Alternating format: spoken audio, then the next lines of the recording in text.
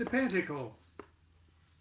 We're talking about pentacles. This is John Dee's pentacle, the Sigillum Dea Meth, the famous Sigillum Dea Meth. It's a huge, seemingly complex thing. We learned how to build one when we read the Enochian Vision Magic book. This John Dee's pentacle makes sense to him. Everything's based sort of on sevens and powers of sevens. This is my pentacle. And we're discussing it today and how the method to the madness of me creating this pentacle way back in 1976, wow, might help you figure out how to draw and create your pentacle. So, that being said, let me straighten things out here. Welcome to Sunday School. Yesterday, we ended up with this paragraph here. Obviously, coming up with a design that symbolizes absolutely everything in your universe is a pretty tall order and requires a lot of thought and meditation. You need to do it. However, for unless you are grounded by the disc, you can't begin the great work. The pentacle is your yellow brick road. And you'll never get to the Emerald City and see the Wizard of Oz until you first find the yellow brick road. This is my pentacle. And then I've got the illustration of it. I've posted lots of versions of it and elaborations on it just on my Facebook page here. Just scroll down a couple things, but that's more or less it. It's very simple. And it's called the Pentacle of LMD. And let's see here. There's another closer version of it. 4 trees of life, all joined at the top, at their tops. And it says Nuit, Hadit, or Nuit and Hadit, and Ra-Hoor-Khuit in the center. It's hard to see, but there is an 11-sided figure that they're in. So that's an 11-sided abyss there, see? And there's a black circle in the center. That's not really a black circle, but actually it's the abyss of each of those trees of life that separates the rest of the trees from their supernal triad. And there is the central point right there. Okay. Let me readjust this so you can see the top of my head.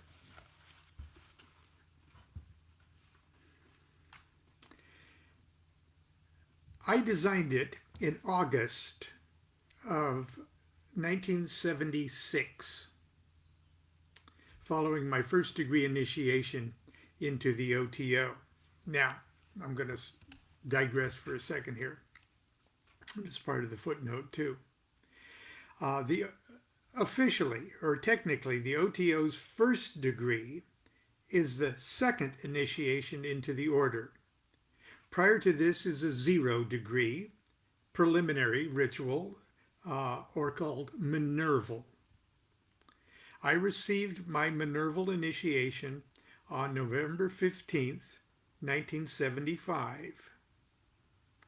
My first degree took place on August 14th, 1976, exactly 9 months later. And in the OTO way of looking at things, Minerval degree is, Crowley said, was comparable to a soul that is getting ready to incarnate into a new life, the soul is attracted to the universe or to the solar system, which it's going to incarnate at the Minerval degree. And then it is born in the first degree. So Phyllis and Grady suggested that if I was going to go on and take my first degree, that I would do it 9 months after I was conceived in my Minerval degree. That's how it happened. Okay. I designed my pentacle in August of 1976 following my first degree initiation in the OTO. My inspiration was a combination of Thelemic and Kabbalistic cliches. Therefore, the terms I use when describing the universal principles I'm representing are those commonly used by magicians who subscribe to the magic of Aleister Crowley and Thelema. Other magicians of different spiritual backgrounds can and should work with the same exact images and concepts, but describe them with terms from their own traditions, such as Hindu, Buddhist, Christian, Jewish, or Islamic, etc. My pentacle has served me well up to this point in my magical career. I can't seem to come up with a better one. Unlike with my motto, all aspects of my understanding of my, for the lack of a better word for it, reality, continue to be represented to my satisfaction on this figure. Here is a description in a nutshell. As you read it, try to understand what I was trying to do with the design and think about how you will represent your understanding of the universe in your pentacle. And in this section which follows, I first wrote this in an essay that was included with my submission of this design to my teacher, Phyllis Sickler, at the time.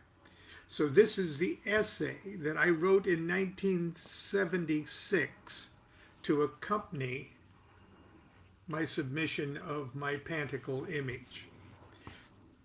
So this is not today Lon writing this, or even 10 years ago Lon writing this. This is 40 years ago, young 28-year-old Lon writing this, okay? Maybe I was 29 by now. The Pentacle of Frater LMD. The basic format of my pentacle was suggested to me by something I read in Crowley's Magick, Liber ABA, Book 4, Part 2. Quote, "The wand was the will of man, his wisdom, his word. The cup was his understanding, the vehicle of grace. The sword was his reason, and the pentacle shall be his body, the temple of the Holy Ghost. What is the length of this temple? From north to south. What is the breadth of this temple? From east to west. What is the height of this temple? From abyss to abyss. All pentacles will contain the ultimate conceptions of the circle and the cross. The tree of life itself may be figured therein. The pentacle will be imperfect unless each idea is contrasted in a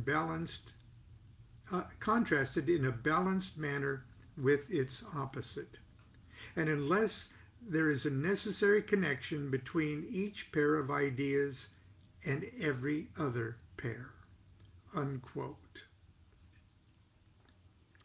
I first and foremost wanted my pentacle to represent three absolutes: Now this is going to really sound like a young magician here, okay? It says, I get a kick out of rereading this. At first, I, first and foremost, wanted my pantacle to represent three absolutes. The absolute biggest thing in the universe, the absolute smallest thing in the universe, and absolutely everything between these two absolutes. Let's talk about the rim of my pantacle first. Okay, that's the rim where it says here, where it says Nuit and Hadit.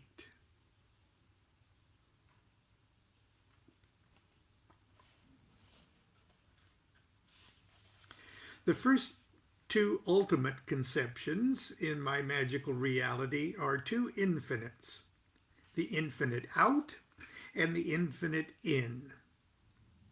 The infinite out is the outer limits of our expanding universe, quite literally the outermost reaches of expanding space. In the specific language of Thelemic cosmology, this huge infinity is identified as the goddess Nuit, also spelled Nuit. There she is.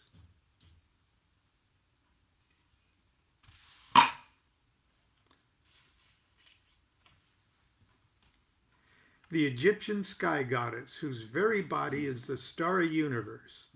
You can't get any bigger or more outier than that. That's the official magician talk. Outier. You can't get outier than Nuit. I chose to acknowledge this aspect of my universe on my pantacle by placing the name Nuit on the circumference.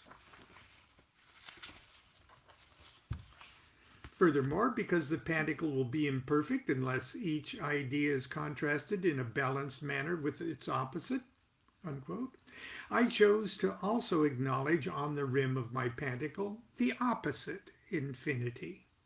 Yes, there can be two infinities.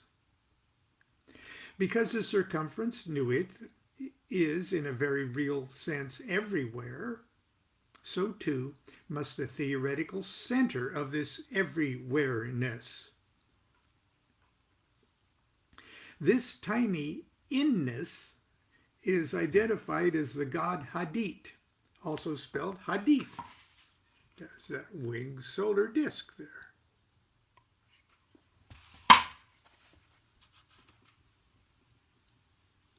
Let's see.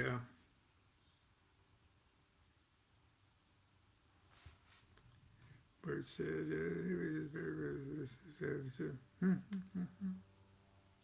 okay. This tiny infinite inness is identified as the god Hadit, also spelled Hadith, the infinite point in the very center, the heart of the body of Nuit. Because Nuit is the infinite out and Hadit is the infinite in, they are both infinitely everywhere, infinitely touching and rubbing and caressing. The infinite heart of Nuit beating eternally in the infinite center of the body of Nuit. This is cosmic love-making on unimaginably large and minute scales, and results in the birth of an infinite baby, the child of Nuit and Hadit. This child is the creative vibration generated by the friction of the universal in uniting with the universal out. This ecstatic vibration creates the field of operation, mass, matter, and energy, upon which and within which the entire universe actually manifests in space-time. In the nomenclature of Thelemic magic, the child is called Ra-Hoor-Khuit. And Ra-Hoor-Khuit's name is on the inside of the rim. In other words, the field of operation. The outside of the rim, Nuit and Hadit, infinitely lovemaking, creating an ecstatic vibration that creates the field of operation for existence to manifest, and that's on the inside.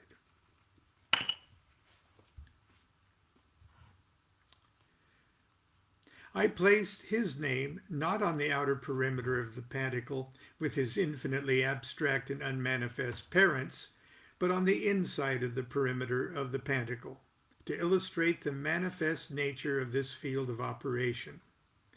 Nuit is the biggest thing in the universe, Hadit is the smallest thing in the universe, and Ra-Hoor-Khuit provides the foundation for absolutely everything in between. The cross is the next major feature of my pentacle. Just as Hadit is the center of Nuit's body, I placed one small circle in the very center of the disc, like that.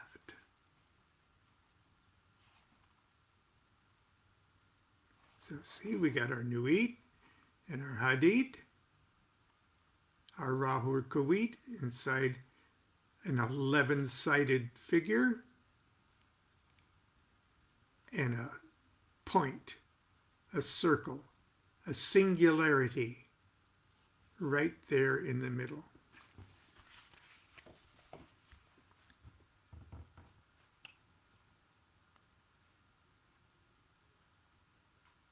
For me, this represents the first one of manifest creation. In Kabbalistic terms, it is Godhead, the crown, Kether, the first emanation of the tree of life. What is the length of this temple? From north to south. What is the breadth of this temple? From east to west. This point, this primal one, Kether, the crown, from which emanate all the other Sephiroth of the tree of life. But there are 4 trees of life representing the 4 Kabbalistic worlds, Atzilith, Braya, Yetzirah, and Asaya. And their counterparts in the human, the 4 parts of the soul. The cross of my pentacle is made from 4 trees of life, bursting in the 4 directions from the primal Kether, like that.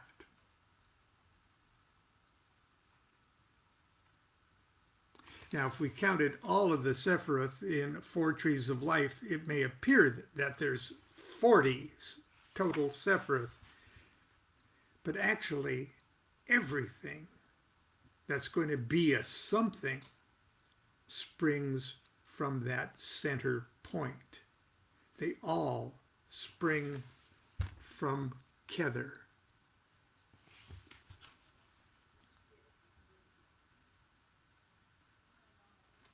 So this way of looking at things shows a total of 37 Sephiroth. What is the height of this temple from abyss to abyss? Now, Kabbalists know 37 is a huge, wonderful, super mystical number because it's the number of the word Yechera. And Yechera is the supreme unity, the supreme oneness of the soul. It is that in each of us that is the everything.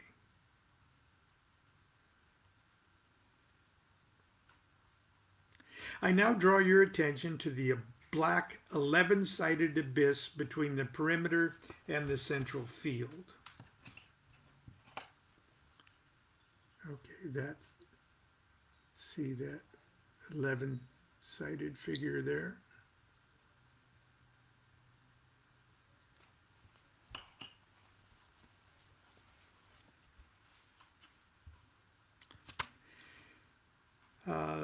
11-7-sided abyss between the perimeter and the central field, and the black circle abyss that backs the supernal triads of the tree of life. So there's that abyss, then there's that abyss. These abysses, which are really one, really none, guard the two borders, the border areas of being. One, being coming forth from unmanifest potentiality, and two, fully realized being returning to unmanifest potentiality. That's the Eye of Shiva opening and closing, gang. If you know what I mean. Even if you don't follow my thinking on these Kabbalistic matters, I hope you get the general idea of what I was trying to achieve with my pentacle. On my map, I can point out specific landmarks of creation and consciousness as I understand them. Fundamental forces of nature, parts of the soul, Kabbalistic worlds, elements, planets, planetary spheres, zodiac signs, even tarot cards, and initiatory grades. Now it's your turn. What does your universe look like? It could be as profoundly simple as the yin-yang symbol. As a matter of fact, that was my first, when I first started doing tarot cards. I wanted magical tools on my tarot table. That was my first pentacle. And of course I put a nice star on the back of it like that. This is wax. This is made out of just paraffin from my devotional candles. Okay.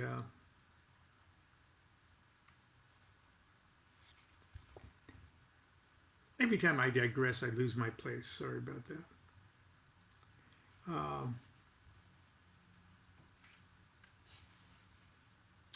Where is this? Simple as a yin-yang symbol, a pentagram or a square and a triangle. But you must ask yourself if you'll be able to point out exactly where on that simple symbol you could find, for example, the sun, or the element of air, or the zodiac sign Capricorn.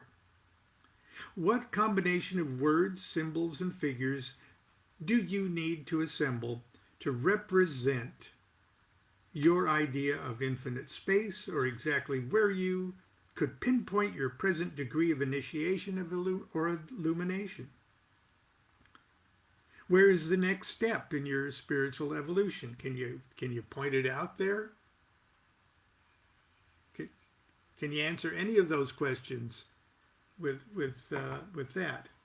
Or does it take something like that for you to be able to pinpoint all those things? As with your magical motto, you'll probably make several, perhaps many different pentacles during your long and illustrious magical career. But you have to start somewhere.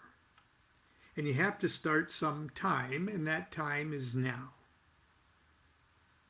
I'd like you to create your own homemade magical pentacle in the blank disc on the next page.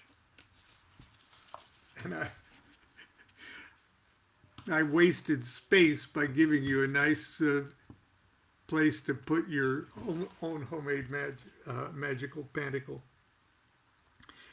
Sign it with your own magical motto. Give it some thought, but remember that your understanding of your universe is changing with every breath you take. You'll most likely change the design many times in the future, so don't take too much time now. There's no time like the present, so do it now. Okay, this chapter isn't over, but it is over for today. Actually, tomorrow we'll pick up and finish the chapter where I give examples of how to actually physically make your pentacle, and give you several examples of what I've done over the years. Anyway, Sunday school's out. Go to Tooley's drugstore and buy yourself a tuna fish sandwich. Continue to be good to yourself. Enjoy the rest of your weekend, everyone. And I'll see you bright and early Monday morning, and we'll learn more about making our own pentacles. Until then, continue to be good to yourself and be good to each other. Do what thou wilt shall be the whole of the law. Love is the law. Love under will.